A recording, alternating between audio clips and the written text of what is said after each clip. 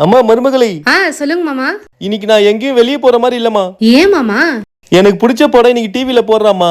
அதனால ஸ்நாக்ஸ் எதுவும் செஞ்சு தெரியாமா சாப்பிட்டுக்கிட்டே பாப்பேன். புதினா சிப்ஸ் செஞ்சு தரேன். சூப்பர்மா.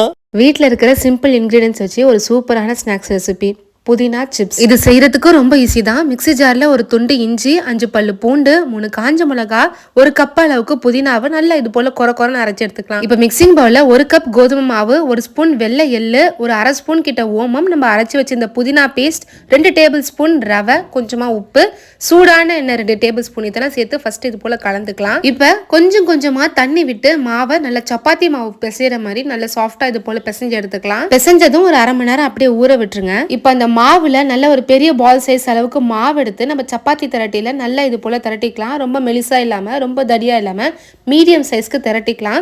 ஃபோர்க்ல இது போல ஹோல்ஸ் போட்டுட்டு நம்மளுக்கு பிடிச்ச ஷேப்ல இது போல கட் பண்ணி எடுத்துக்கலாம். இப்ப கட் பண்ணதை நான் எடுத்து காட்டுறேன் பாருங்க. ரொம்ப மெலிசாவும் இல்லாம ரொம்ப தடியாவும் இல்லாம மீடியம் சைஸ்ல இருக்கு. இப்ப சூடான எண்ணெயில நம்ம கட் பண்ணி வச்சிருந்த மாவை ஒன்னொன்னா இது போல போட்டுடலாம். போட்டு அடிக்கடிக்கு இது போல கலந்து விட்டுட்டே இருங்க. லைட்டா இது போல கலர் மாறி எண்ணெய் சொரப்பு அடங்கி இருக்கும். இந்த ஸ்டேஜ்ல நம்ம எண்ணெயில இருந்து இது எடுத்துடலாம். அவ்வளவுதான், சூப்பரான ஸ்நாக்ஸ் ரெசிபி ரெடி. புதினா கோதுமை வச்சு சிம்பிளா செஞ்சிடலாம். இது ரொம்பவே கிறிஸ்பா இருக்கும். ட்ரை பண்ணி பாருங்க.